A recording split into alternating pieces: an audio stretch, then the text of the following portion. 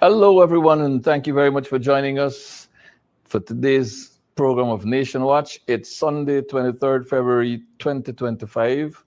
Today is Republic Day. Today is the day, the 55th anniversary of the day on which Lyndon Forbes Sampson Burnham, Prime Minister, led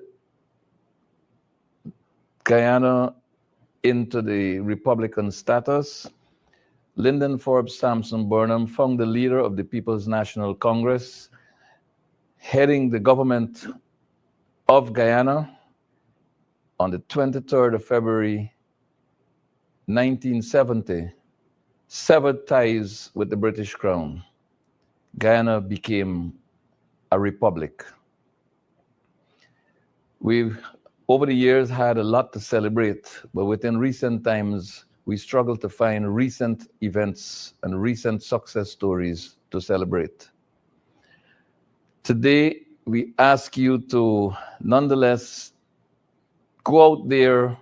It is our celebrations. Those who wish to dampen it, those who wish to ensure that it fades from the national calendar of events, we need to demonstrate to them that this is we thing, and we are going to keep Mashramani alive. The People's National Congress Reform has a mash band, and we invite you to join the band on the roadway, join the band, and mash with the PNCR APNU as we start to celebrate our eminent victory at the polls, come whenever they do, in 2025. And we also invite you to join the after party here at Congress Place, and we'll give you the official message right now.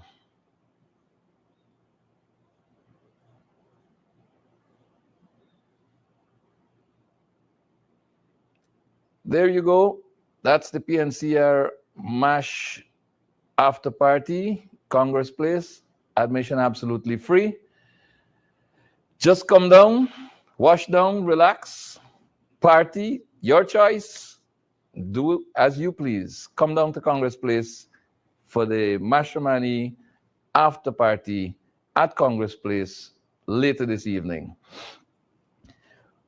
Right, so while we celebrate the 55th Republic anniversary, there are too many things that are happening that need attention that still are not given the kind of attention.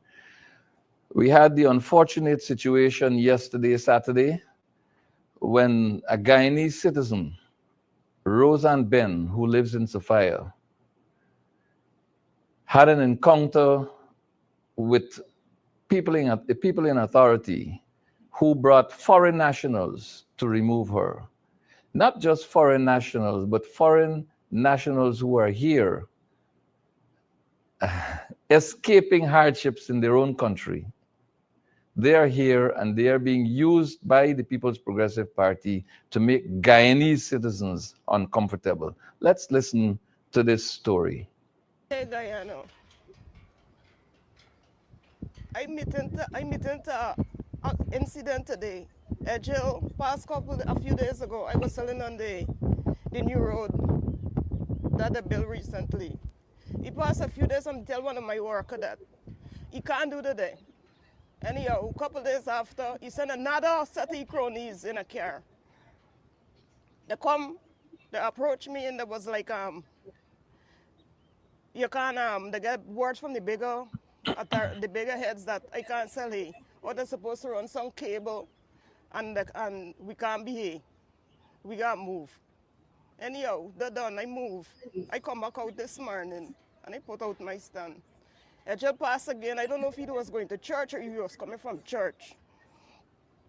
But he tell one of my worker again that I thought I move y'all. The boy turned and said, man, I thought you say you want we at on the highway. He said, no, we want y'all nowhere on the road. Now, I want to know if this country, it belongs to Guyanese people. You hear me? Because it seems as though the Spanish can come and they could take over all over in Guyana. You hear me? And they're running the Spanish down. Then telling the Spanish they don't want them there, they don't want them there. The Spanish putting up notice, or you can't come close to the route with the vending and all these kind of thing. I want to know if we is not the Guyanese people who belongs to this country. I want to know if we ain't got rights, if Guyanese youth ain't got rights in this country. You hear me? It's unfair. They said they're for the people, there's not for the people. They're suffering Guyanese people, poor people, the motherfucker. Because the thing is that, never said that they get nothing in place for poor people, no system in place for poor people, that poor people could make a start in life and get from point A to point B. People got the suffering all the days of the life. I'm working for honest dollar when the day come. I got 4 children. Well, I was at home. I was preparing lunch. And then they had to finishing the food and think I got a call. That the police and the Spanish and the police down there, Spanish coming and removing Guyanese people thing. You could imagine those Spanish people. Eh? Spanish coming and moving Guyanese people thing like Guyanese ain't got rights in this country. You hear me? Well, when she says Spanish, she's referring to Spanish-speaking persons from Venezuela who are here in Guyana. So it would appear as though a number of things are wrong here. Firstly, she referred to Edgehill, meaning the Minister of Works, Mr. Juan Edgehill. Clearly an overstepping of authority here. The city of Georgetown is managed by the mayor and councillors of the city of Georgetown. And for a minister to step in and take the kind of action that he allegedly took, in my view, is disrespectful of the statutory body called the Georgetown Municipality. And it's clearly also an abuse of power. Lots of excesses here where, as alleged, he mobilized police officers and he mobilized foreign nationals, Venezuelan nationals, to come and to forcibly remove the property belonging to Ms. Ben, who just made that complaint. You know, this is ridiculous. This is another example of absolute power corrupting absolutely. It is a crying shame. And there have been complaints about other areas in the country where Venezuelan nationals have settled, have squatted, are squatting, and they are not being removed. But you remember the Mocha Arcadia situation. You remember the vendors at Charity. You remember the vendors outside the Georgetown Public Hospital Corporation. You remember our citizens, mostly indigenous citizens at Hillfoot and the Soesdijk-Linden Highway. These excesses of the People's Progressive Party must stop.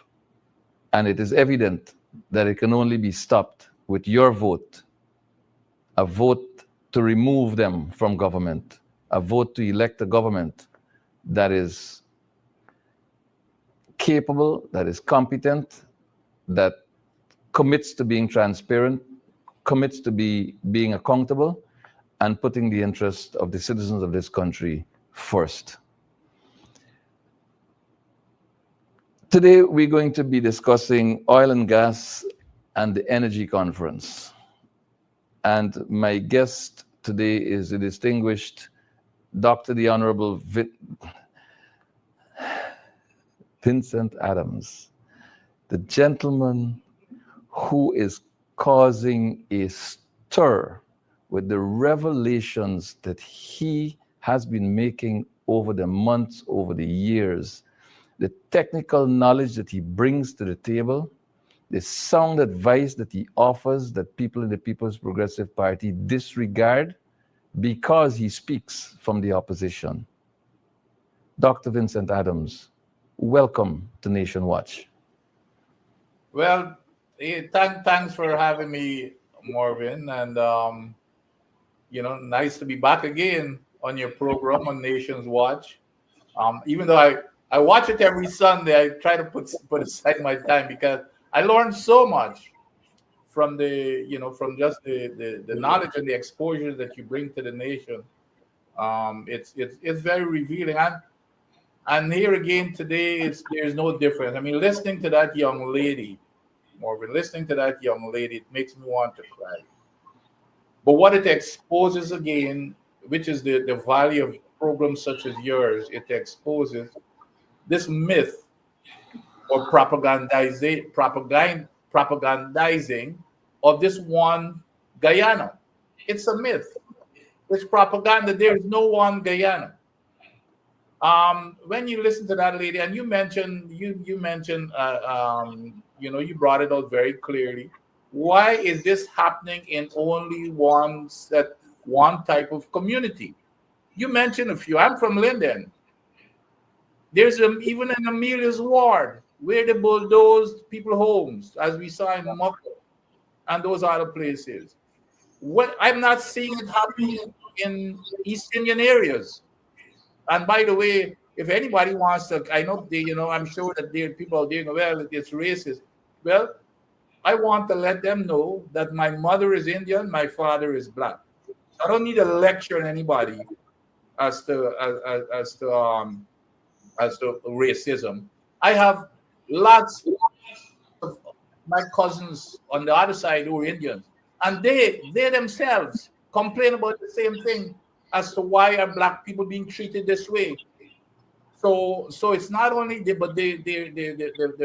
Indians that see that there's an injustice, an unfairness. They're afraid to speak out.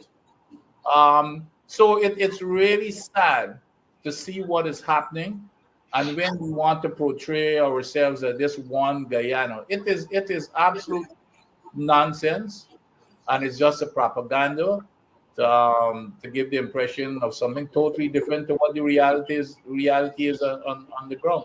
But anyway, I'm glad to be here, and I look forward to the rest of the program.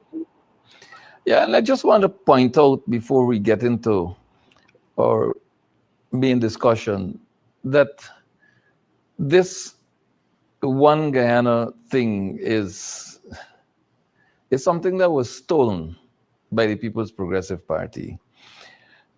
The development plan that informed the People's National Congress reforms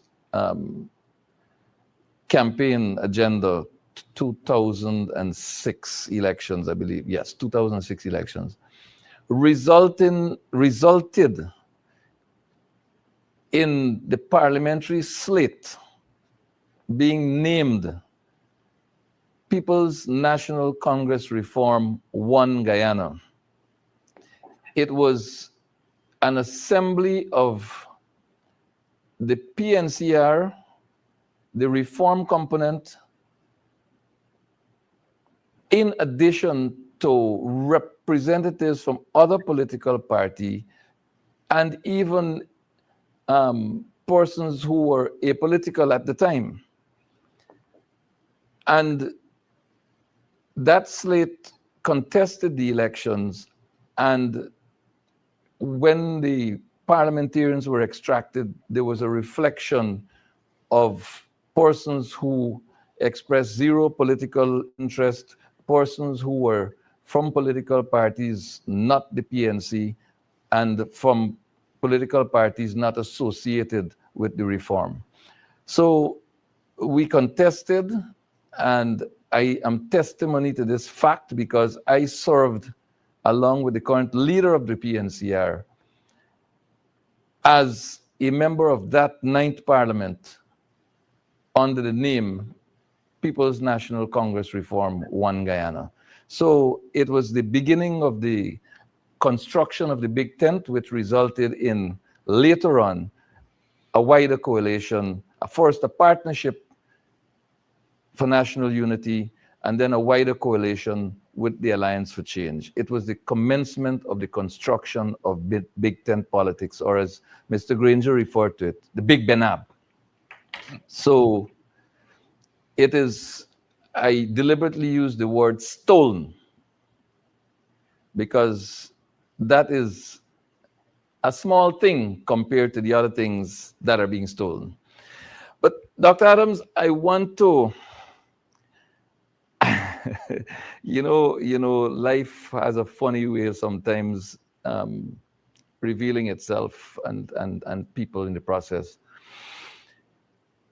whilst the election results of elections 2020 were being tabulated, a gentleman holding high office in the United States government, Secretary of State to wit, made some announcements. And I want to ask our viewing audience to listen attentively to what Mr. Mike Pompeo had to say. And I'm going to put you on alert here. He read out sanctions against members of the David Granger administration. And he said that the David Granger administration must respect the results of the elections and step aside. The election results had not yet been published. But here was this gentleman telling the incumbent government that they must accept these results and step aside. So clearly, before the tabulation process had been completed, this gentleman seemed to have known what results would have been declared. Let's listen to him. A little closer to home. Today I'm announcing visa restrictions on individuals responsible for or complicit in undermining democracy in Guyana. Immediate family members of such persons may also be subject to restrictions. The Granger government must respect the results of democratic elections and step aside. There you go. Must respect the results and step aside. Not just accept the results, but step aside. So he clearly knew what those results were. And then here is a still of a report, a news report, in which this very gentleman, almost 5 years later, comes back to Guyana and addresses the energy conference hosted here in the city of Georgetown in the Cooperative Republic of Guyana, where former Secretary of State Mike Pompeo, and he was also former director, according to this report, of the Central Intelligence Agency, was presenting on this particular day of this report. A very interesting development, but it gets even more intriguing, Dr. Adams, as we listen to what Guyana's second vice president, who's minister of absolutely everything, had to say about this gentleman and his relationship with this government. Mike Pompeo matter, he came to address the energy conference, and Mike Pompeo has great global connections, and we often benefit from his advice on those matters, and also we share what's going on in the country. So I think he is invested in seeing success here. He had a crucial role to play as U.S. Secretary of State, and we believe we should be part of engaging. Good. Good. So there you have it. The second vice president stopped just short of saying why, the truth about why they need to stay in touch with this gentleman. So he is heavy on the experience side. They benefit from his advice from time to time. In what capacity, I do not know. For what rewards, we do not know. The nature of the engagements, we do not know. If such an engagement has to do with a retainer arrangement, we don't know. We don't know if it was tendered. We don't know what the rewards are. But the government of Guyana shares with him what is going on in the country. This is a very, very telling, very, very revealing, very, very worrisome situation here, Dr. Adams. I ask you for your professional opinion on this particular matter of Mr. Pompeo pronouncing on the elections before the results, commanding the incumbents to step aside, addressing our energy conference, and being a very close, confidant, and friend and advisor of the government of Guyana. Yeah. Thanks, Mervyn, once again, with your revelation. But I want to, before I get there, which is very important, I want to go back to this young lady, Miss Ben, and the only way that we can change this autocratic behavior by this current administration is, like you said, is to vote them out of office, and we see it's impacting their behavior is impacting the ordinary people. But we can also push back. Besides the election, we saw the little village that we did not mention was Plaisance, which is, by the way, where my wife is from, and I even lived in Plaisance for a little while. But you remember when they attempted to remove the people from off of the line top? Yes. You remember when Jagger came in? That's what we've got to start doing. These villages and communities, when they come in and they want to strong arm them, they need to start standing up and pushing back and do what the people of Plaisance did. But anyway. But before you roll, just a point to note for our viewers and for you as well, Doc. This woman clearly was operating by herself and not in a cluster of others. So she was picked out because of her apparent vulnerable position as a woman alone. Yes. She had somebody there assisting her in her absence while she was attending to her children.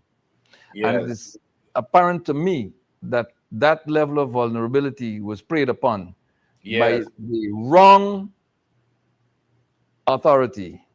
Yep. I want to leave that there, and I alert the mayor of the city of Georgetown, Mr. Alfred Mentor, to take note of what's happening in your city. And it's lawlessness. I mean, when you have Mr. Edgel going out there and taking the law into his own hands, usurping the role and responsibility of the mayor and city council of Georgetown, or the area, to be usurping their roles and responsibility, that is dictatorial. And it's we're heading, or we are there halfway already, into an autocracy. And people have to recognize this and start pushing back. This is just lawlessness. It's an abuse of power, which is the very characteristic now, very characteristic of this administration. But nevertheless, I want to go back to Mr. Pompeo here again, and you brought up the key tenet of that clip, which was very telling when the vice president said that he's basically that he's in agreement of what is going on in. Was it like a part? What was the words again? You repeated the words, but that was the key when he said it, that they have a common. We can run it back for you if you like, Doc. Yeah, I want to run back that part there where he said, where the vice president said that the key reason was we have a common agreement in what's going on again. Yeah, I think it's important enough for you to run that clip back.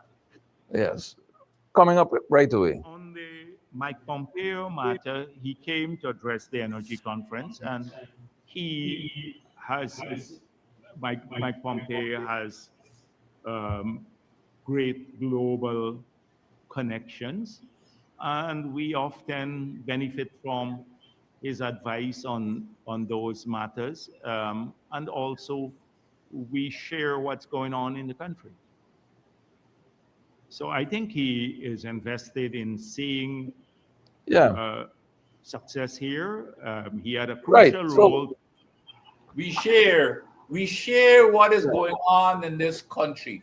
Yeah. And then, of course, before you even got to sharing what's going on in the country, you identified and call out some key pieces of that clip where Mike Pompeo declared, before the results of the election was even declared, he declared that Granger government needs to, get out of office.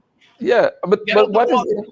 what is also instructive here, Doc, is that this Jagdeo endorsement of this man's activity and his exposure of the relationship between the PPP and this gentleman, Mike Pompeo, follows President Trump's announcement, which I read, that there will be no room for Mike Pompeo in his new administration. And Yep. subsequently, he relieved Mike Pompeo of some serious privileges which he had Yes. as a former Secretary of State and head Yeah. of the CIA. I believe he has been stripped of security detail and all of that. So this is so very intriguing an issue, and so very perhaps important for us as a country to understand what's going on here. Here is the PPP holding on to the coattail of this gentleman who clearly told David Granger's administration to vacate office without the benefit of the results, and who clearly advises this government. There has to be something happening behind the scenes that incentivizes this man's presence, his operations, and that causes this government to cling to him, notwithstanding the fact that he has been released by the Trump administration. There is a lot more in this matter than this pestle alone here, Doc. Oh Talk, yeah. talk. Oh yeah. Well, first of all, you know, as you may know, that I work at the highest level of the U.S. government, and I'm not holding brief for the U.S. government in this point in time, but we were, the senior executive service employees were the highest ranking officials, the civilian officials. We were equivalent to the generals in the military, running the day-to-day operations of the civilian government, which is the category to, well, he was a political appointee. Nevertheless, they come and go, but we were trained not to behave in this manner. You don't go out there, for example, even the ambassadors, and of course he's in the foreign service, but you have got to be careful when you go to a foreign country or any place else, even in your own country, that you always have to at least give the appearance of neutrality and fairness to all. You cannot go there and represent bias, especially the political appointees can, in the country itself, which is the United States. But you cannot, you don't go there unless you've got grounds for doing the same. I cannot see how he could have had grounds when he came to Guyana. The elections are not over; it hadn't been declared, but he's asking the government, by the way, the government at the time in office, he's telling them that they need to get out of office. And this is a democratic government. It's not a case where it's a communist or a socialist. This was a democratic government that was elected through a democratic process. He's saying to get out of office before the process of declaring the election is even over. And then now you have the vice presidents of Guyana now, well, the de facto president, who is saying that this man, he's invested in this man, even though this man was cast aside, basically, as you rightly said, by the current administration of the United States government. But we are holding in with both arms and saying, hey, no, you've got a place here in Guyana, and we've got a common interest in Guyana. Somehow it sounds as if Pompeo has a big say in what goes on in Guyana. And by the way, this is a man, and I guess we're gonna get it next. But Pompeo was invited to come and give a big speech at this conference. And what you hear the vice president says, besides all the stuff that you alluded to, in addition, he said that we want to build a relationship with Pompeo and others.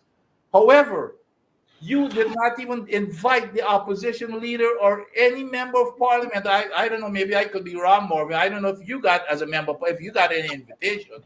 No, I'm not a sitting member. Okay. But in any case, I do not know of any person being invited, and what I know for sure is that the opposition was not given a place on the program to address the conference. That I know, and I find very distasteful and disrespectful.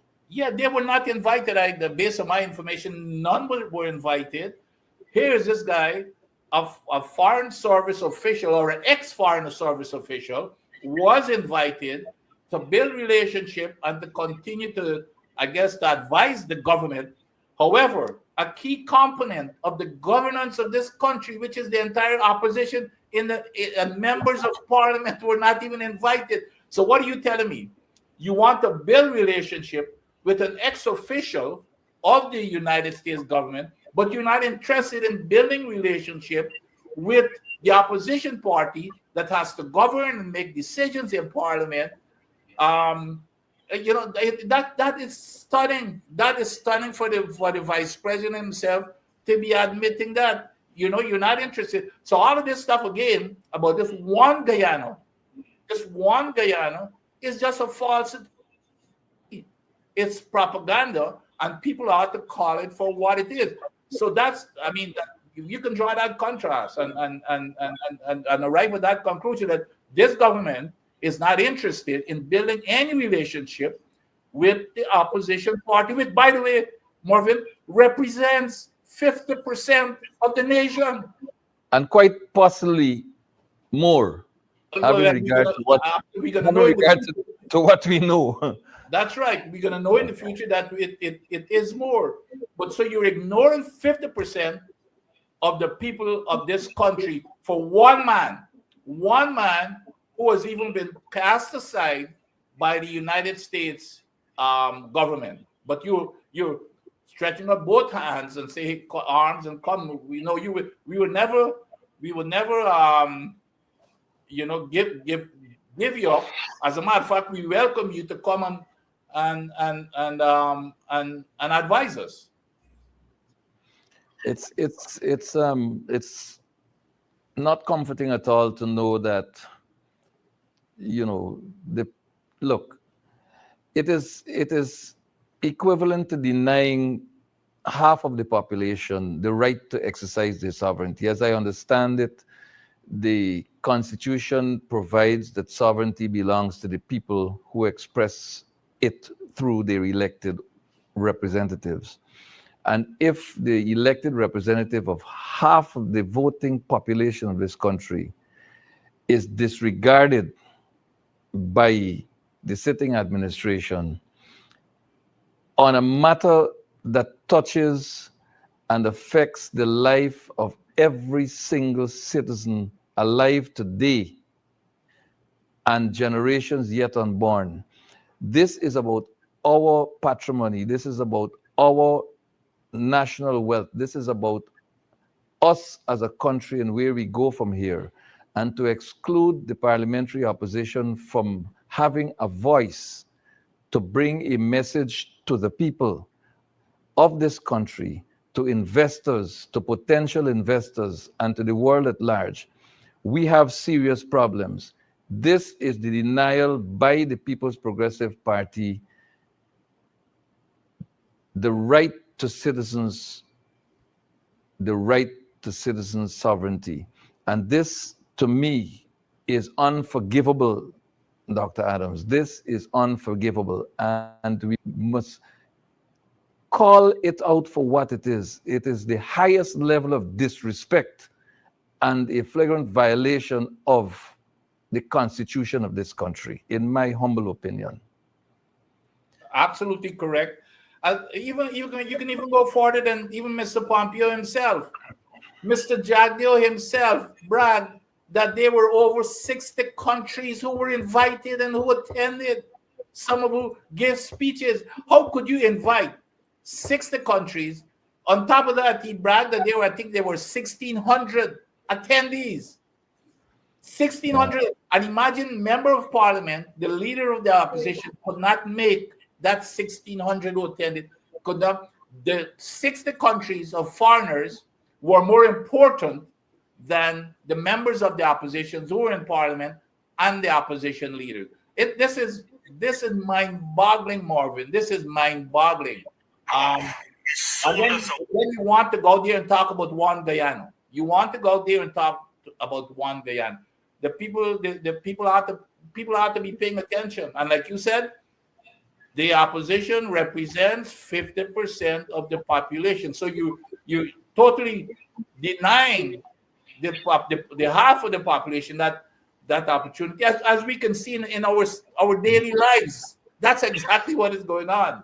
So if they're not hiding it, Marvin, at least you would expect especially a man such as Jack Deal, because we know how the truth doesn't matter to him, and the fakery doesn't matter to him. But at least they could have faked it. They could have faked it just for a day or 2 days. Faked it, let it appear. Okay, we're talking one Guyana. At least let it appear to the world that there is one Guyana. The opposition is here. We're gonna give them a few minutes. They can go talk whatever they want, but it doesn't matter. And that goes to show their arrogance, Marvin, that somehow they can get up there and say whatever they want and do whatever they want, but somehow the public is going to believe. They're not going to believe what they see and what they hear. They're just going to believe what they're telling them. That is what is just not arrogance. I want to bring another clip to your attention, Dr. Adams and viewers. This is a classic case of one Guyana speaking through two sides of the mouth. This energy conference is promoting oil and gas, promoting investment, promoting Guyana. And it is using petroleum reserves as the basis for doing that. Here is this person, Barrett Jagdeo,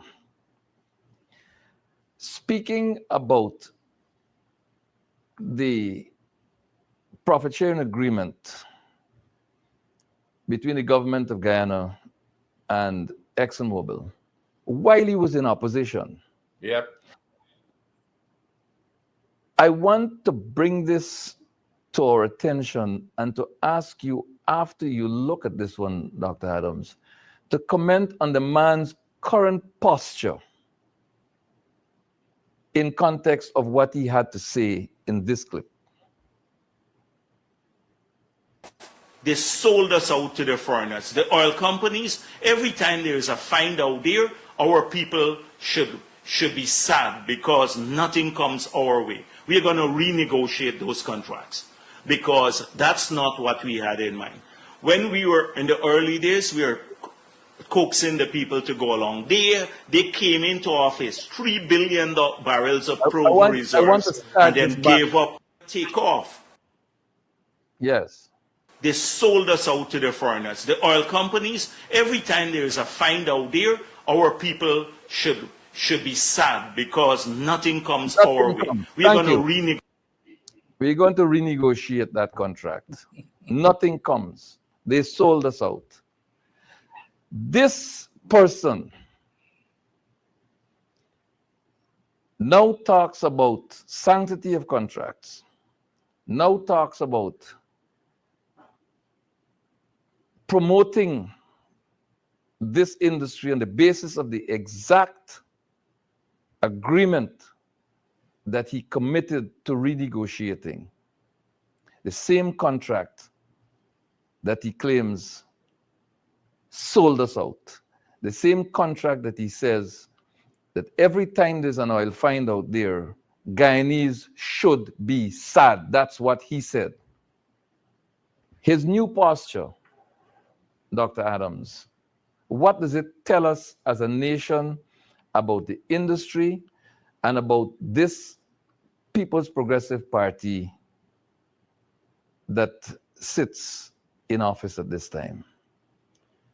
Well, Marvin, I'm glad. That clip, by the way, is one of my favorite clips, and I've been speaking about it ad nauseum. And to say it's hypocritical of this vice president would be very generous. So I am glad you brought it up, and even if we've got to spend the rest of this program talking about it, because this here is very, very important. And people ought to listen to what I'm going to say here. So let's start from day one. This vice president and others, every single time they speak, they gave the impression that the language in the contract was created by the PNCR government. That is a blatant lie. The first contract that was written was the 1999 contract by, guess who signed it? Janet Jagan. But here's the other part of it, Mervyn. There were a total of 10 contracts. 10. Listen to this, folks. 10 contracts. Guess who signed 9 of those 10 contracts? The PPP government.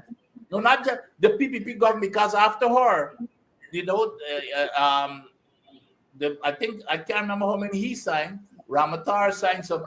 They signed 9 out of the 10 contracts.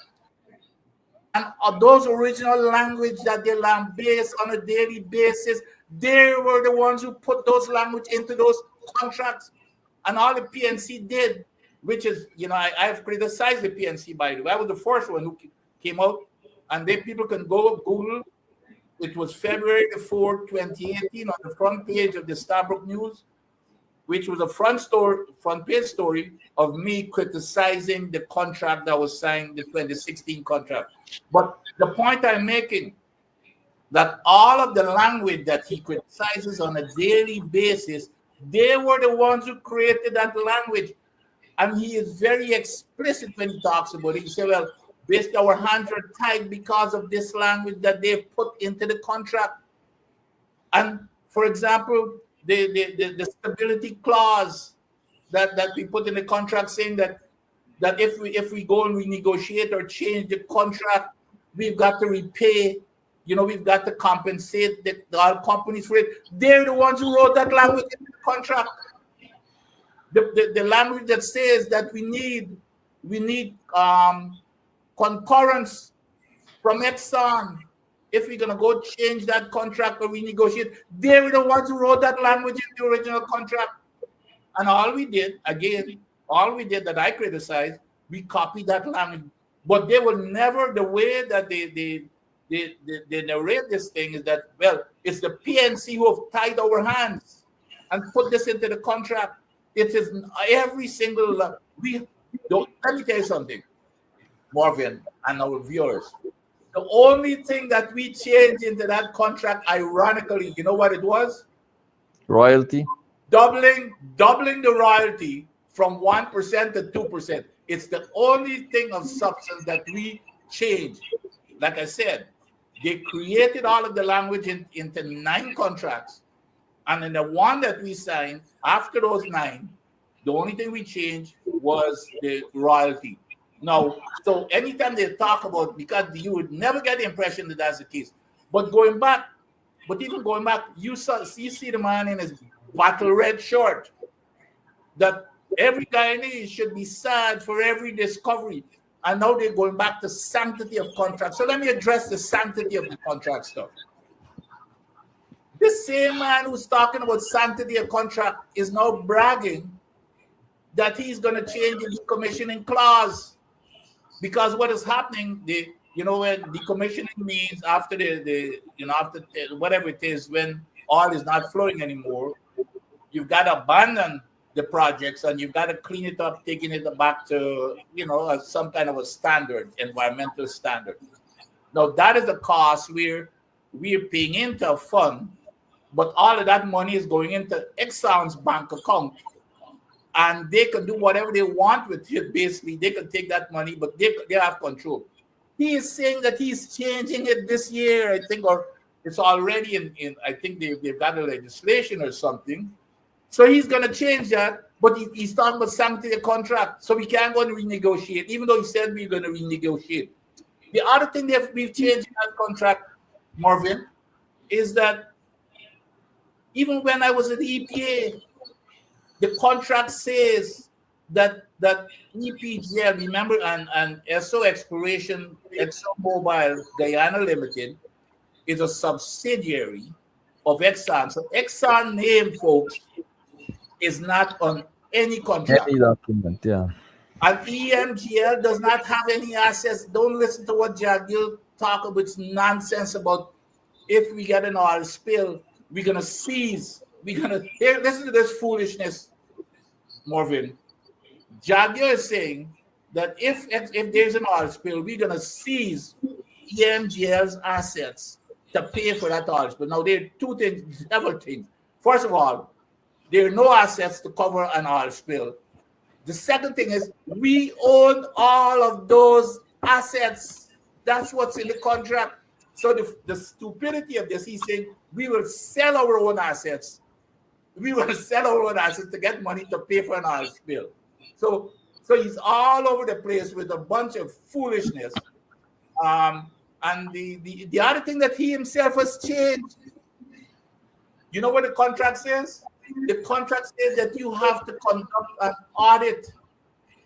audit within 2 years. We have changed that now. We're doing audit many years afterwards. So don't listen to him and this nonsense. But going back to the hospital, I think the biggest change we made was when I was in EPA and Exxon, when they brought in the Leaser 2, because the Leaser 1 was already signed. And I asked them, I said, if we get an oil spill, who's going to pay for it? Because ENGL doesn't have any assets to cover it. And that was how we arrived. I said, you will not produce a barrel of oil unless we get a parent company guarantee, meaning Exxon, the big company Exxon, have to sign off to say that they will cover an oil spill. That's what we did, and we put that in the permit, which was the law. And Exxon agreed to it. And then as soon as we left government, this government reneged on it. And that was what caused the lawsuit of the two citizens that Judge Kissoon ruled overwhelmingly in favor of what I had put into that permit that as a legal requirement. Judge Kissoon ruled overwhelmingly in favor of what we had put into the permit. And then that's what they did. They went and joined with Exxon to appeal that case that is now sitting in appeal. So there always have been against the people. So when they come with this sanctity of contract, again, it's hypocrisy. It's a big lie based on everything that I've just told you. Everything that's in those contracts, again, this is very important, Mervyn, and we need to keep repeating it. It came from the PPP. It was not created by the PNCR. Quick question here, Doc. Do you have any recollection of any other case in this country where the government, the sitting government, litigated against the people of this country? Mervyn, Mervyn, I'm going to even make it an easier question. Do you know of any part of the world? Forget about Guyana. I was going that wide, but I wanted to give them the benefit of the doubt. Do you know of any part of the, and I am talking about, I don't care whether it's a democracy or I don't care what it is. I have never heard any, and if any member of the audience has it, that would be really good information because I would like to know myself. It's almost like an impossibility. It doesn't happen where the government goes against its own law because it was law that we put into those permits. The government went against, and the law is not in the best interest of the people. That's the amazing thing because, Mervyn, to put it into reality, if we have a spill, listen to what would happen here.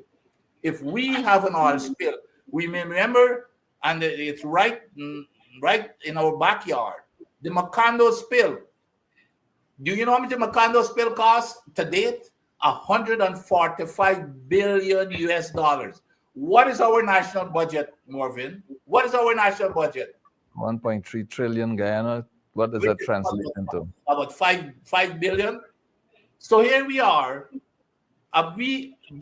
Just to clean up an oil spill is over 30 times about 30 times to clean up an oil is 30 times our national budget. That's what we're dealing with here. No, wait a minute. I miscalculate. Yeah, it's about 1 point something million. It's about 5 billion. It's about 30 times our national budget to clean up an oil spill. But on top of that, Mervyn, let's deal with what's going to happen to the rest of the Caribbean. It would wipe away. Trinidad would be gone. The first from north to south, the eastern coast of Trinidad. But here's the other thing. The coast of Venezuela, Mervyn, Yep. would be what. So if you want to give Modular a reason or an excuse, forget man. Just do a spill. And yet, just have a spill. Just have an oil spill. So that is what we did. The tourism of the Caribbean would be wiped out, fishing and everything else. And we see how it's already, who knows what the oil production, how it's affecting fishing. So that is the consequence we're dealing with. So this is a serious case with this parent company guarantee that Exxon had agreed to, by the way, Mervyn, they had agreed to. And the government is the one who went and decided, well, no, y'all withdraw it. They're the ones who did it. It might interest you to know that you asked about how it's affecting fishing. I just want to digress a little bit to let you know that I've visited the East Coast of Demerara, the foreshore there, and I've seen firsthand mud flats that fishermen have told me never existed. One man lost 4,000 pounds of seine. He set it out in the wee hours of the night, and by the time he got back there in the morning, it was covered with mud, drift mud. And the particular area that I visited, there were about 50 fishermen who operated there, and they've all moved because the grounds have spoiled. The mud is taking over. You can't recover your seine. You can't bring your boat into the shore as you used to. So, as an aside, Doc, that's happening. I want to. No. It's very important that you brought it up. Yeah. So let me tell folks what could be the reason. Of course, I don't have the exact date. The other thing that we've been fighting against, and we had stopped in the what matter of fact we were putting in into the permits. In the Payara permit, we told them they have to stop dumping.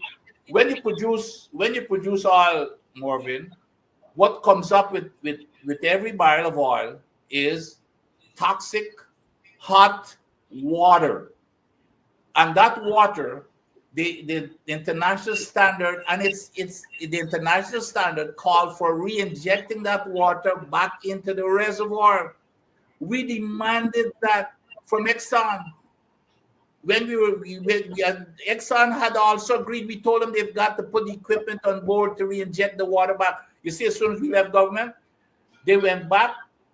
Guess what is happening, Mervyn? They're dumping that produced toxic hot water into the ocean. And it's not only toxic, it's full of the drill mud. Because when you remember all that cutting, because when you drill a well, it comes up with a lot of cuttings, meaning a lot of mud. They're dumping that mud into the ocean. The water is like 2 to 3 times hotter. And here's the other part, Mervyn.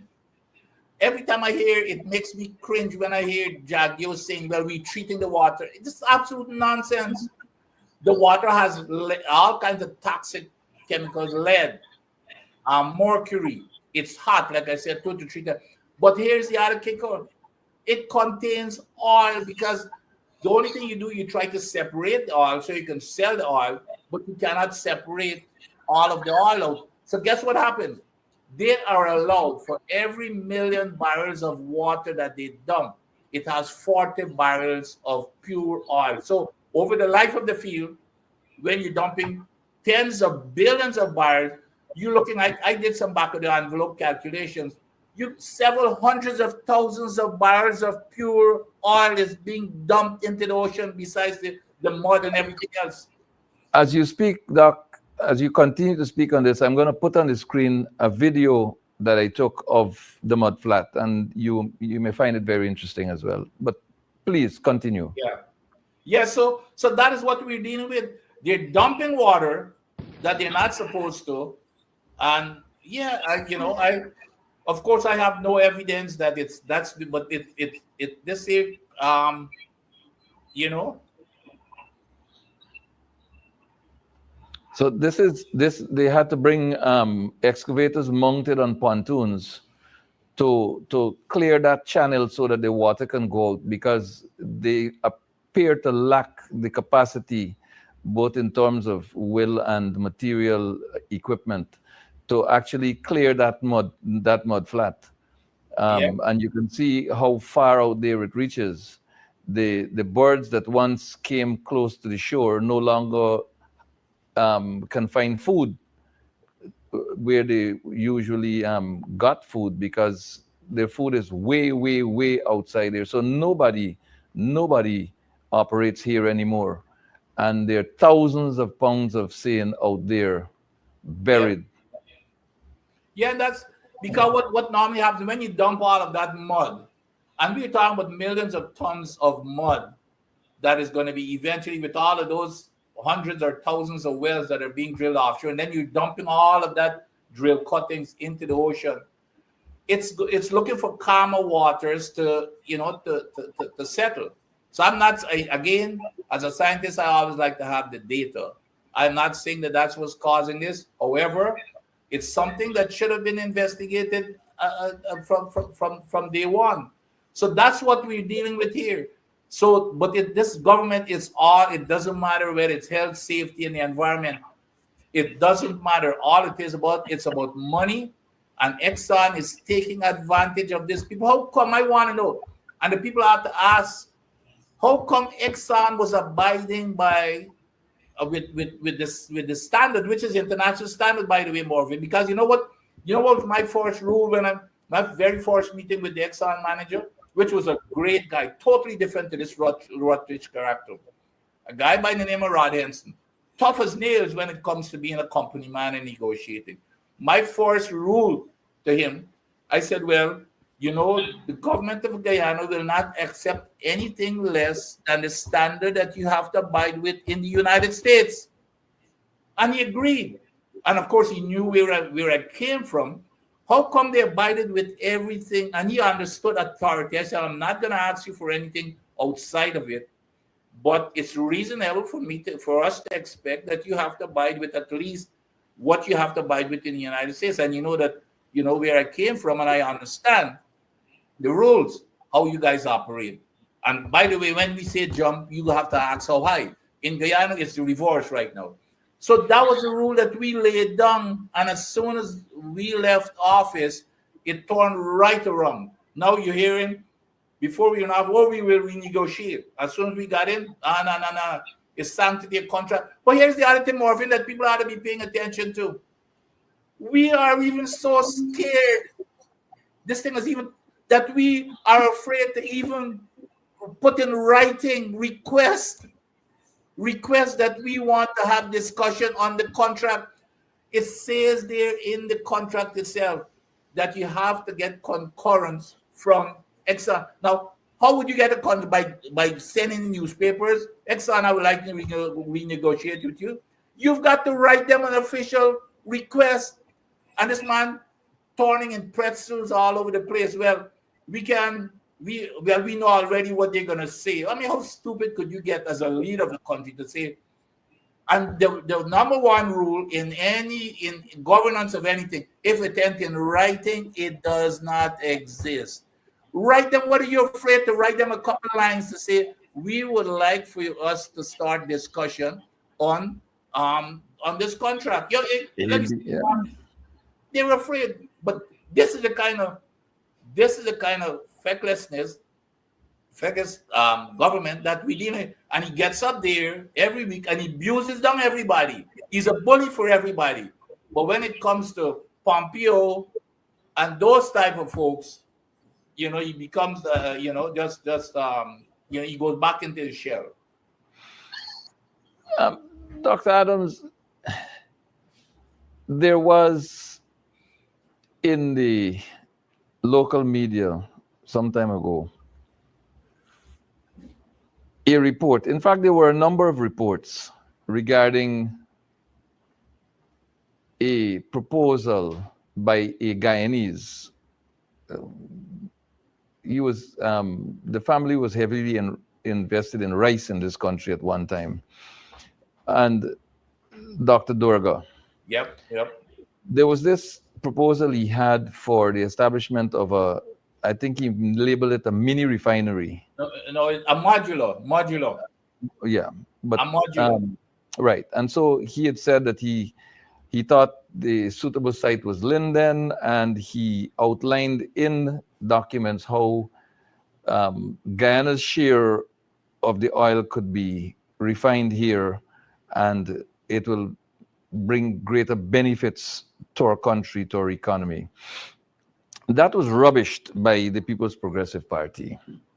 Now, a recent announcement was made about some sort of a deal to establish a refinery in this country. And it speaks of distribution of Guyana's share, properly refined and so on, to the Caribbean region and to our neighbor to the south, Brazil, and so on. Why the sudden change of heart? I mean, we've seen some deals coming out of the Central Housing and Planning Authority. It is alleged that some land was sold at some reasonable rates, and then the person who headed the agency resigned after there was a disclosure that he had bought some very expensive piece of property in the United States and so on. And all sorts of rumors around this that it may not, after all, be his property, but the property of someone that he's assisting in terms of concealing their identity. All these are rumors out there. But this one looks funny. This one looks totally funny. You had a proposal from a Guyanese in the interest of Guyana, bringing it home to Guyana, and here you have an arrangement with no details whatsoever to tell us how would Guyana benefit and whether this the revenues earned from this thing, if it materializes, will stay here or take flight. Dr. Adams, I am a concerned citizen asking a professional for some kind of guidance, some kind of advice on this matter. Well, I'm very, very familiar with Mr. Dougal's proposal. As a matter of fact, I was in Guyana at the time, and he asked me to review that proposal, especially, man from Linden. I became very interested, and I lent him whatever advice I could have, and I thought it was a very creative idea to have. And the reason why these modular refinery systems are like, it's the small refinery, because when you go into a large refinery, it takes billions of dollars to build it. So it costs a lot of money, and you've got to have the capacity to make back your money. And of course, we're only getting the 14.5% in terms of the barrels produced. And it would not have been economic to build a big refinery. So the modular was ideal. So it was a great idea. And he had, I think it was a French company that he was partnering. And so the technology apparently was there also. Well, it was being looked at, as far as I recall, even though it was not as part of my remit at the EPA. I think it was something that was being looked at in the DOE and wherever else. Now, so suddenly that was cast aside. Mr. Dua and his plan was cast aside, and suddenly this thing just suddenly appeared here. Out of the energy conference. Oh goodness.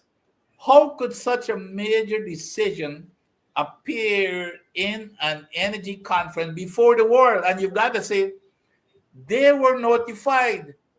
Mr. Pompeo and the 60 countries and everybody else were notified. before it even went to parliament or before the opposition was even notified, because the opposition was not invited to that conference. So here you are. You're making one of the biggest decisions that affects the entire country, and the party that represents half of the country was not even notified except through the media. Now you talk about disrespectfulness, not only to the opposition, but to half of the population of the people. But going back to the substance of it, you know that this just doesn't fall out of the sky. This was carefully thought out, and we know that it has to be consistent with the way these guys are operating. You go back, we want to know, since now they've advertised it, they need to tell the public, they need to tell all Guyanese people, what are the devil in the details of this grandiose concept and plan? Who the parties involved? Who are the middlemen? We've seen, especially considering the recent scandals. Who are the people financing it? That's right. The recent scandals, if you go back and look at these real estate allegations and scandals causing a senior official to have to resign, and we know there's lots of question behind that, who had to resign with real estate deals in the United States. So who knows what's behind it? Who is financing it? And if the government is financing it, how are they financing? What are the terms of that financing? But so those are the questions that they need to answer now, because they did not just wake up one morning and say, you know what, I'm going to make a deal with this company in the United States to refine this oil, and then I'm going to be building depots, oil depots in Guyana to store this refined oil, to distribute to Brazil and to CARICOM and wherever else within the region. You know that this here is something that was carefully thought out in terms of what is, we want to know who's benefiting from it, how much is Guyana investing in it, who are the middlemen, what are they, we need to know the details here now. Again, we see hypocrisy, we see duplicity, we see outright lies. The representatives of this government said that a refinery is not feasible. Yes. That a refinery is not in the best interest of this country. Now that they have decided that they're going to go with a refinery, they have not informed this nation as a matter of priority, as a matter of investment. It doesn't show up in the budget. So where is it coming from? Just a little correction. It's not, they're not building what they're doing, and that's why I'm saying it. They need to bring clarity to the table, because a lot of people are getting an impression that they're building the refine. What they're doing, they cut a deal with a company, I think it's in Louisiana, where a lot of the refineries are, to take Guyana's share of the oil, refine it in Louisiana, but then bring back the refined product stored. So we've got to build these big storage depot. This is what they're building here, which is getting back to your question. Nevertheless, this whole infrastructure. Who's financing? Why is it not in the budget? That's exactly right. What is the plan? Where are you going to put it? Funding?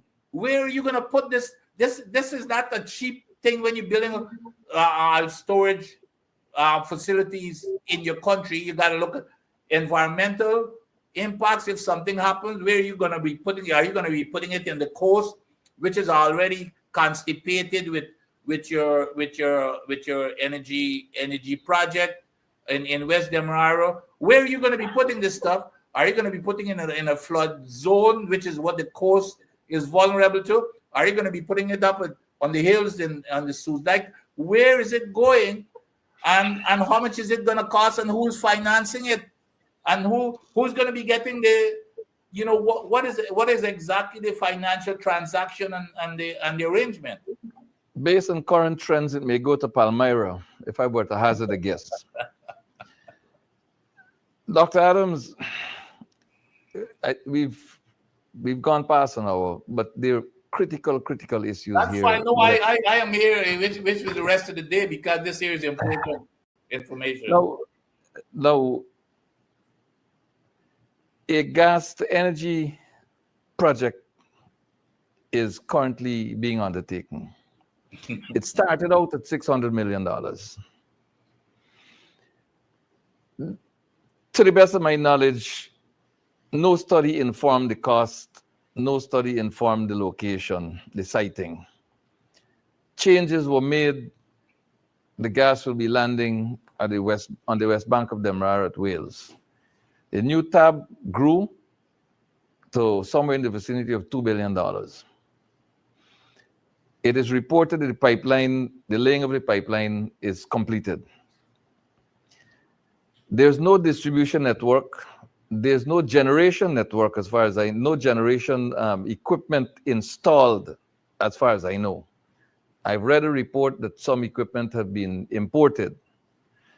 To this date, we do not know who financed the aspects of the project that have been completed.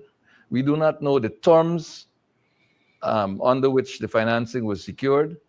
We do not know anything, interest rate, terms of repayment, who will pay.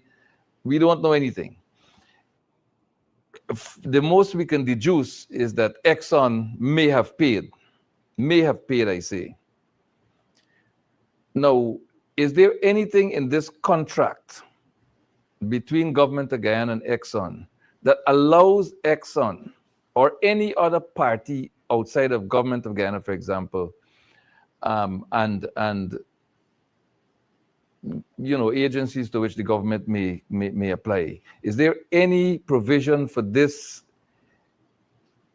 ExxonMobil to finance any projects in this country? And if there are no provisions that permit them to finance,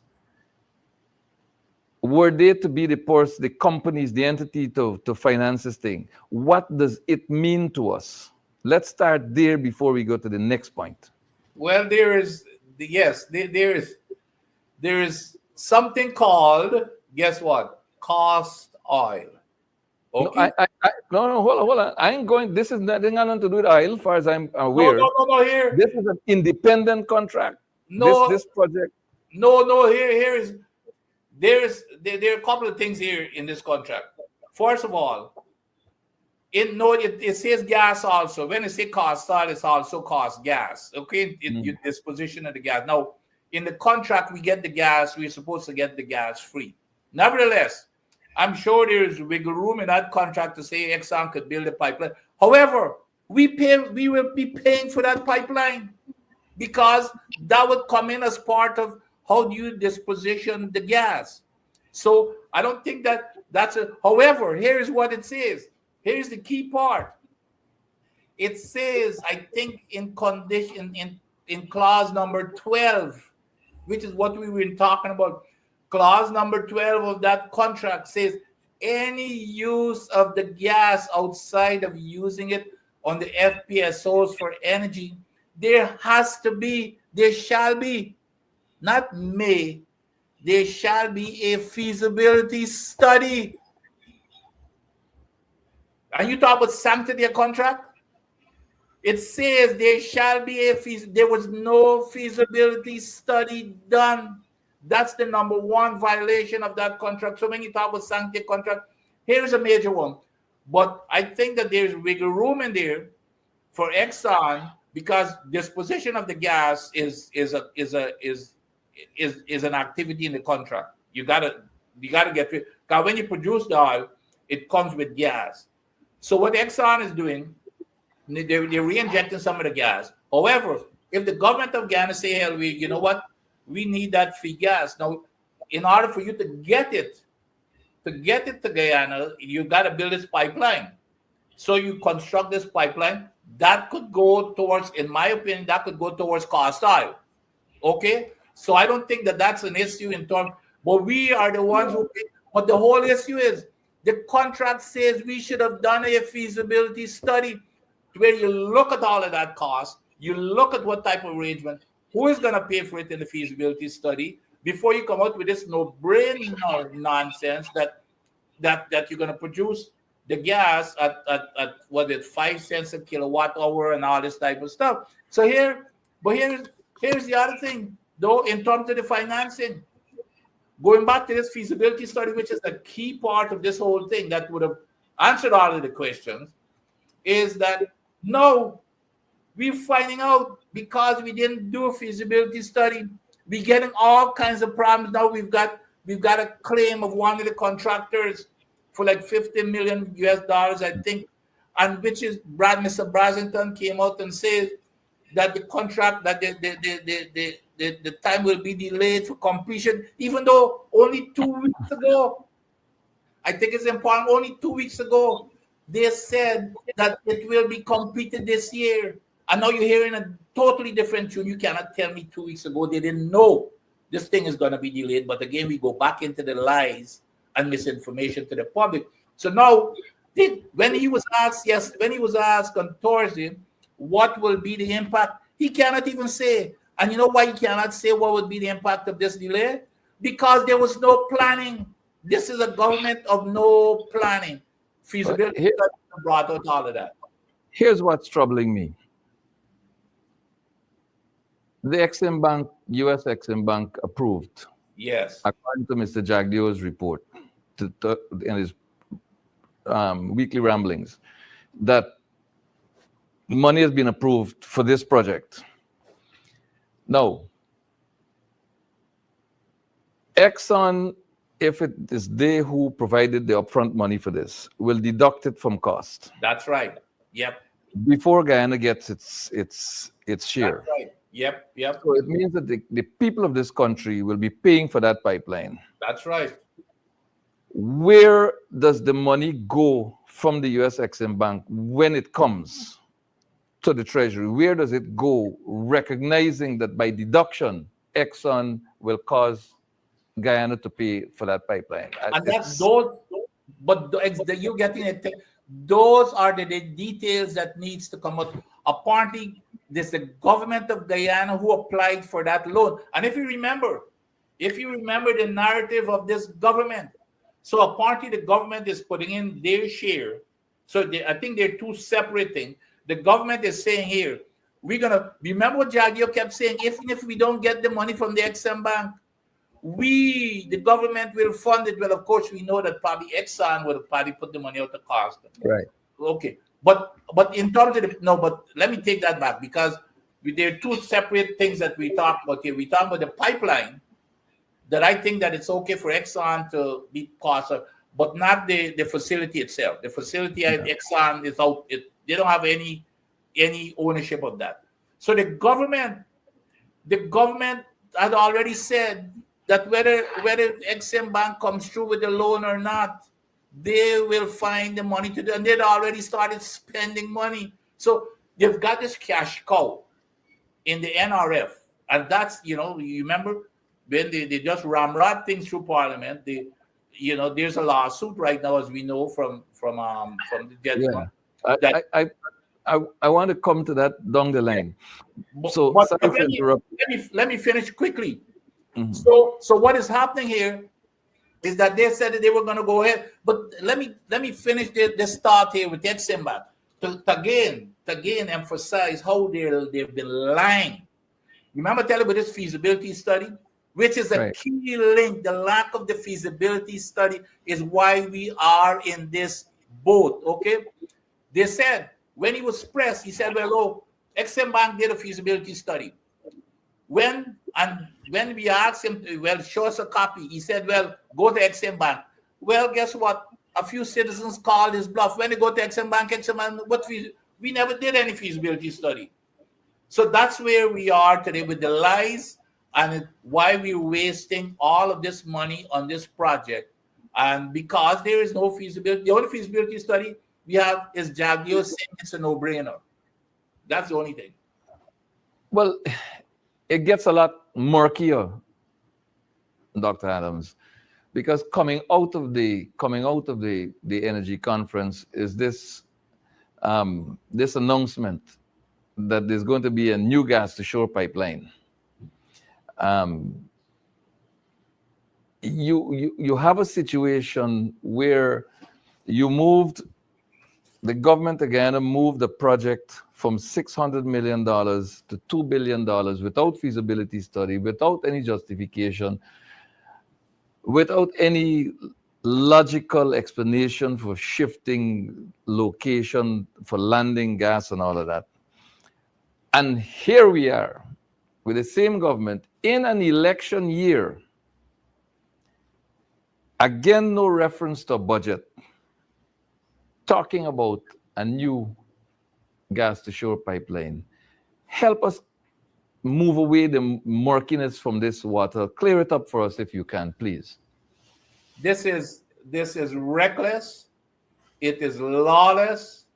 It is irresponsible and definitely unbecoming of a government that is supposed to be working in the best interest. And it shows the it might, well, I don't know if it's ineptitude really. That goes without saying, but it's beyond ineptitude. Now, tell me something, Mervyn. I mean, just for you don't even got to be a specialist in oil and gas or whatever they're doing, pipeline. They cannot even put up a few lantern posts. A few lantern posts in and around Georgia. All the lantern posts falling down. And you tell me you're going to trust them. And we see what's happening with the first project, you know, with the gas to shore project. We see what is happening now. Now we've got the no feasibility study. They put it in foundation that it cannot hold up. We're in a claims court that we may end up in a court of law. And now they're going on a second one. These people can't even put up a lantern post. We see the power ships.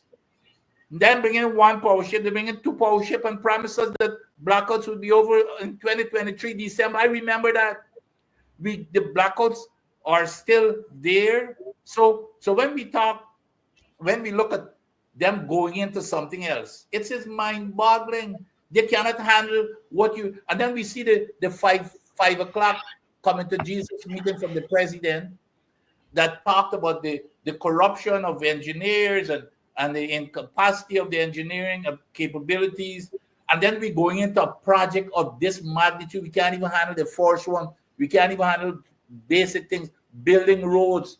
The IMF itself says that we're wasting 43% of all, the money that we're investing in these projects. Not me or not you. So that is what we're in. And by the way, just to let me remind people, the past administration, Mervyn, did do a study. And guess where? And they looked at all the locations, a real feasibility study. They looked at all the locations. And guess where the plant was supposed to be as the best location? What's the name place? It's around Myconi area. It's can't remember exactly. And do you know where Wales came in? I think I've got to ask David Patterson knows this because it was his project. The Wales, that location came in, I think, number 10 in the ranking. Number 10. They looked at all of the ranking, which is what the feasibility study does. It looks at all the options. They came in at number 10. So until can't even, like I said, can't even explain the impact of the delays. Every day he comes up with a new brand excuse. So here we are taking on a new project, and we can't even handle the first one that we have, and we can't even handle even simpler activities such as putting up lantern posts, and we can go into major projects such as this when the rest are failing. This is irresponsible behavior, Mervyn. Well, if the cost of this project grew from 600 million to 2 billion and counting, and the cost of producing electricity will remain 5 cents US, I think some primary school children will have difficulty understanding the mathematics. All right. So but let me finish. Let me also finish one thought here. Sure. When people, because he's trying to make this excuse, here is his cover. Well, if the Exim Bank says that they can give us a loan, that means that all this feasibility study and environmental impact assessment you guys have been asking for, they're okay. They think that it's environmentally sound and it's technically sound. That is absolute nonsense. All that the XM Bank will do is to make sure that you could pay back the money. You could pay back the money. So as long as the oil keeps flowing and you've got some payment structure, they're getting back their money and probably more. And if you can't pay it back, they've got assets to seize. Okay, we've got oil coming out to the wazoo. They would pay back, and I think it's only like a third they funded, or how many, 500 million or 300. I can't remember how much they funded, but they didn't even fund the amount that we asked for, by the way. So when you try to use this cover and try to take credit, well, you guys are asking for these EIAs and the feasibility study. Exxon Bank has approved it because they're satisfied it technically. That is nonsense. All we've got to show them is that we capacity to repay. That's exactly. Dr. Adams, all that we've talked about so far, and there's more that we can talk about, but all that we've talked about so far today, when you look at tying in with that the rate of poverty at 48%, 48% of Guyanese people living on $5 per day or less. When you look at the IMF report, in excess of 40% of everything that goes into infrastructure just disappears. When you link that with Sue, you know who Sue? You remember Sue? Yeah. The legendary Sue. Legendary Sue. When you look at all of those things put together, and you are confronted with Transparency International's Perception of Corruption Index, which, if Mr. Jagdeo had hair on his head, I'm sure it all would have fallen out the way he is stressed out by this report. We know it's perception, but the perception is rooted in some very, very important data. Reality. The perception is rooted in reality. And it is rooted in our reality as a nation. Talk to us a bit about the Transparency International report, which, in the context of our flowing oil, because it appears to me and to people with whom I've spoken that, look, we are swimming in oil, but we're drowning from poverty. Yep. So talk to us about this report, and that is clearly causing the PPP sleepless nights. So let me start with the way you introduced it to begin with. So let me teach Mr. Jagdeo some things about governing a country, or governing any organization or any business, or a country. Your priority is, in building any nation, the highest priority is education, building that capacity. Especially in our case, oil and gas will only be here, let's say 20 to 25 years, maybe 30 years when the production will be done. What we've got to do is prepare the nation, invest that revenue into long-term investment where you can attract investors after it's all over. And it is in education. The companies know that. That's the one thing.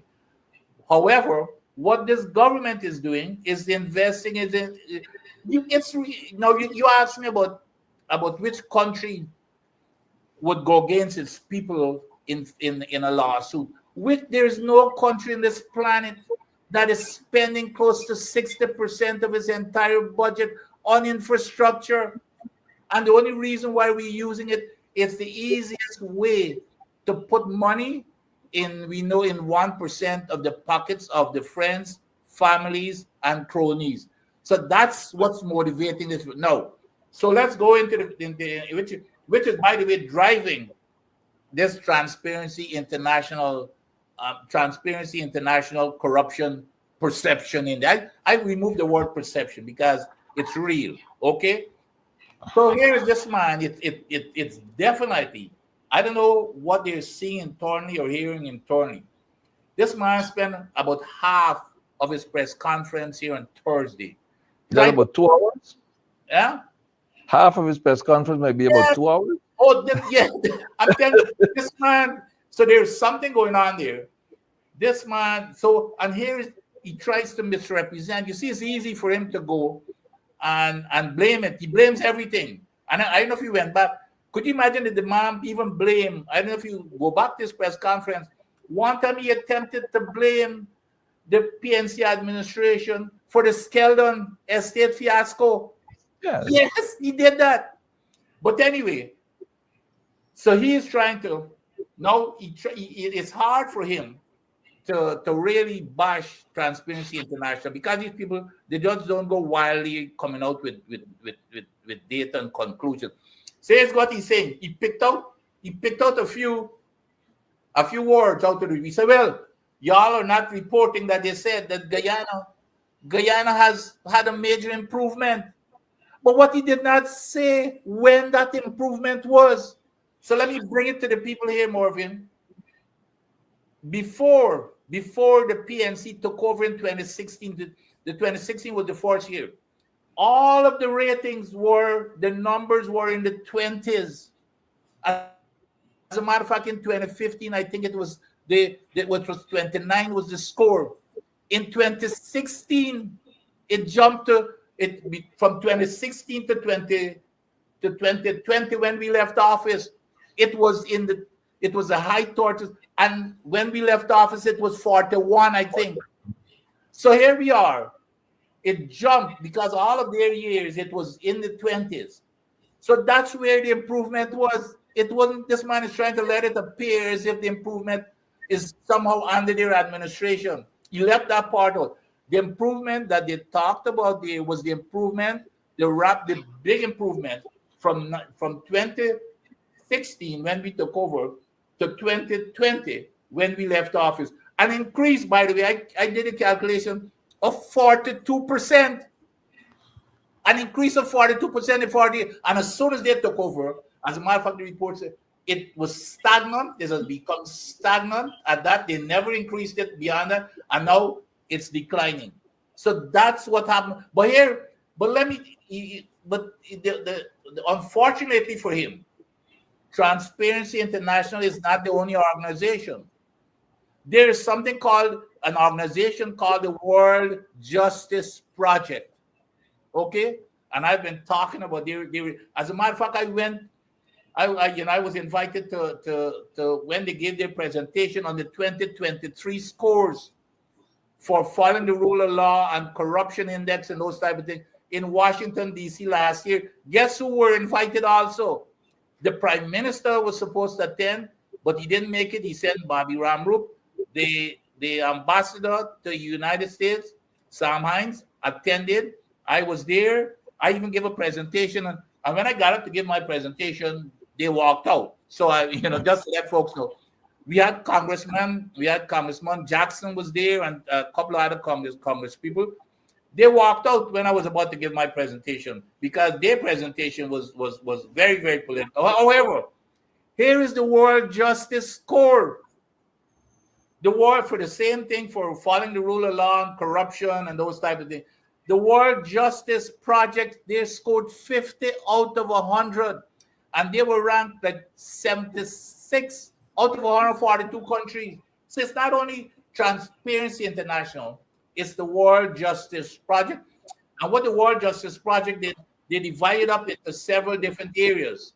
And we scored less than Haiti in all of those corruption areas of people taking, officers and people taking bribes. We rank lower than Haiti. So it's not only the Transparency International, it's also the World Justice Project. And folks can go Google World Justice Project and you're going to see the entire report. So so everybody is, and even in addition, let's go back to the poverty. If you recall, it was just recently I think it's UNICEF. I think it's UNICEF had a they did a ranking of countries for child malnutrition. We ranked last in the region under this administration. We dropped to last under in this entire region and dropped off significantly. So when you tie the poverty and the corruption and all that together, Guyana is not doing well in the eyes of the international community, and it's bothering them now that it's coming to light from these organizations. Now we're going to look at a clip here that embodies the cancer of corruption in this country, and we're going to look at this. I can't comment on anonymous people. Okay, well, let's talk about specific individuals. What is your relationship with Mr. Su Jurong? So Right, my relationship? right. Yes, so your relationship. Now, there's this, and there is Dr. Terence Campbell's lawsuit. He's seeking, as I understand it, a judicial pronouncement on this whole business of the Natural Resource Fund and its rate of depletion and the manner of disbursement of funds and accounting for them. Obviously, the clip you just saw, ladies and gentlemen, Dr. Adams, and Dr. Campbell's lawsuit. By the way, Dr. Campbell is the opposition's representative on the investment committee, which makes or ought to be making decisions with respect to the Natural Resource Fund. Dr. Campbell has labeled it a rubber stamp, and he has explained to the nation why he has labeled it a rubber stamp, that all of the authorities vested in the president, who has control over its operation before it functions, its operations during its function, and subsequent to functioning as well. So outside of the issues that we've discussed, the clip we just saw, which we look at again right now, and Dr. Campbell's, let's get that clip once more, please. And Dr. Campbell's litigation surely must have contributed to the reports that you alluded to as far as Guyana's rating in corruption is concerned. But before you respond, I really would like for us to revisit this clip. Yep.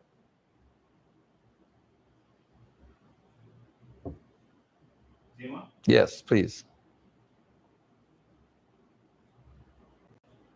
Talk about specific individuals. What is your relationship with Mr. Su Jurong? So my relationship? Yes, Nothing. Your relationship. This is a gentleman who gets all the help. Yep. Talk to us about these two issues as it relates to Guyana's ratings on the corruption index. Well, here again, you bring all my favorite clips today. But you notice anytime he get caught, he starts stuttering. But the mystery is, I thought he had sued Sue. Where Mr. Sue just disappeared off of the map. What happened to this lawsuit against Mr. Sue? But here again, it's right there before our eyes to see what is going on, starting with the leadership of this country. And what is, when you tie all of these things together to see where the money is going. And unless we change government, and let me get back to the NRF, because the NRF is a key tool. It was set up. Let me remind people again, because this is an important part of our history. And you remember, Mervyn, Mr. Granger, in terms of managing the NRF, had set up a committee of 22 including regional representation. with representation every single demographic. And on the board, the 5-man, the member of the board, no, they got rid of that. When they came into office, they got rid of that 22, which raises a lot of questions to start with. But then, as a deal to get rid of the 22, they had an agreement with the opposition, which has become the PNCR, for it to be a 5-man member board, and the PNCR or the opposition will have 2 representatives. Well, guess who was one of those 2 representatives? Myself, yours truly. When they had the meeting, the morning, when the opposition presented my name and the other name, I'm not, unless I didn't get permission to call the other name. But when the opposition at the meeting with them, when my name was presented at that meeting, they refused to accept it.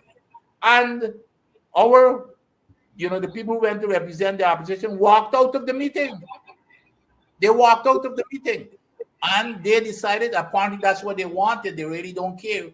So they went ahead and they appointed all 5 members of that NRF board. So another breach of trust among so many breaches. Absolutely. And then, what galls me is that when this, every time this comes into question, they say, well, you can't question any of the 5 members who are in the board. Well, yes, we can question them. Which one of them were more qualified, and I'm not bragging, than I was, and the other candidate that the PNCR was submitting? None of them. So I challenge them to compare who they put there and who with the PNC candidates that they were submitting. So again, they really don't care. So the NRF, don't be fooled by them talking about these people are highly qualified.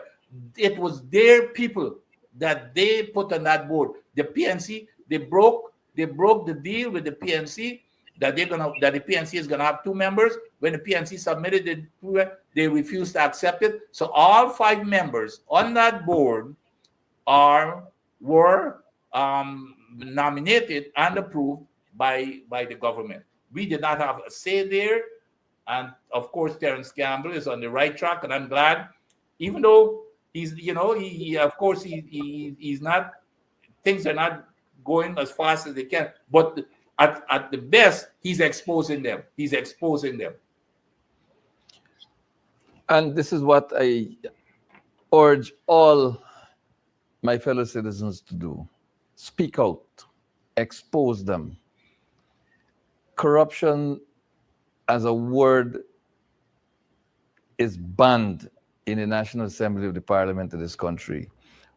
How can you describe a government like the People's Progressive Party without using the word corruption multiple times in a single sentence? How can you?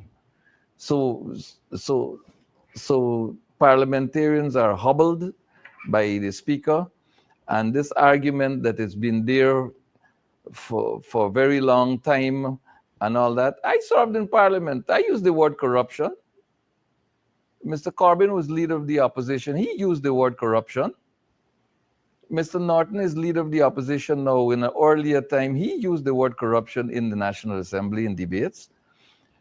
Speakers never enforced it because they recognized that there's a curtailing of the freedom of expression and description of a government or of the functions and actions of people if you were to prohibit people from using that word. So I urge citizens of this country to expose acts of corruption and to stand firm behind whatever exposure you do in that regard. Dr. Adams, it has certainly been a pleasure having you on Nation Watch again, and I want to offer you a couple of minutes to share with our viewers and our listeners across the world your closing thoughts on this particular episode, on this particular day, Independence 2025, the 55th anniversary of, I beg your pardon, not independence, but Republic anniversary 2025, the 55th year of the Republic. It's Mashramani in Guyana. Thanks for having me once again, Mervyn, and it could not have been more opportune or appropriate to be doing it on this our anniversary. And by the way, I'm in Atlanta for the weekend to do our celebration, to have our celebration in Atlanta in terms of the diaspora. So thanks again.